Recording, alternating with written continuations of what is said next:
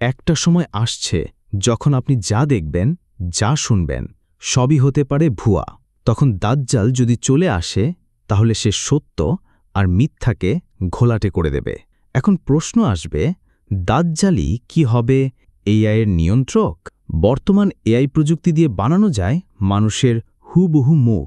Voice cloning হয়ে উঠেছে এতটাই শক্তিশালী যে শুনলে মনে হবে আসল বক্তা বলা শুরু করেছে।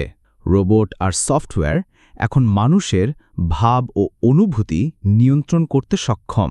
এখন যদি দাজ্জাল এই সব প্রযুক্তি নিয়ন্ত্রণ করে, সে গড়ে তুলবে এমন এক ভার্চুয়াল সাম্রাজ্য যেখানে মানুষ জান্নাত দেখবে, অথচ বাস্তবে সেটা হবে ধ্বংসস্তূপ। বিজ্ঞান এখন মানুষের মস্তিষ্কে সিগন্যাল পাঠিয়ে সুখ অনুভূতি তৈরি করতে পারে। ভাবুন, এমন কিছুই নেই, কিন্তু মনে হবে জীবন যেন স্বপ্নময়। এই বিভ্রম দাজ্জালের হাত ধরে বাস্তবে আসবে। প্রযুক্তির মাধ্যমে আগামীতে যদি মুহূর্তের মধ্যে এক দেশ থেকে আরেক দেশে যাওয়া যায়, বা শুধুই একটি হোলোগ্রাম পাঠিয়ে একই সাথে বহু জায়গায় উপস্থিত হওয়া যায়, তখন সবাই বলবে, দেখো, দাজ্জাল তো অলৌকিক। দাজ্জাল হয়তো এমন রোবট তৈরি করতে পারে যা মৃত বাবা মার চেহারা, কণ্ঠ, আচরণ সবই হুবহু অনুকরণ করতে পারে। আজকের প্রযুক্তি দিয়ে যে কোনো যন্ত্র, পশু, এমনকি মানুষের মন ও ইচ্ছা নিয়ন্ত্রণ করা যায়।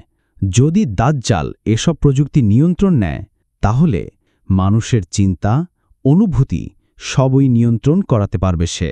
এখন আপনি হয়তো শুনেছেন গুগলের ভিউ 3 নামক এক এআই মডেল।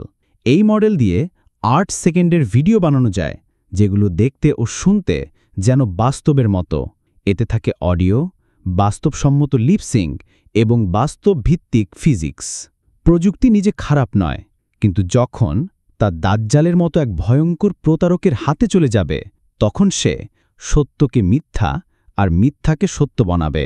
সুতরাং আমাদের দায়িত্ব সচেতন থাকা। ধন্যবাদ ভিডিওটা দেখার জন্য।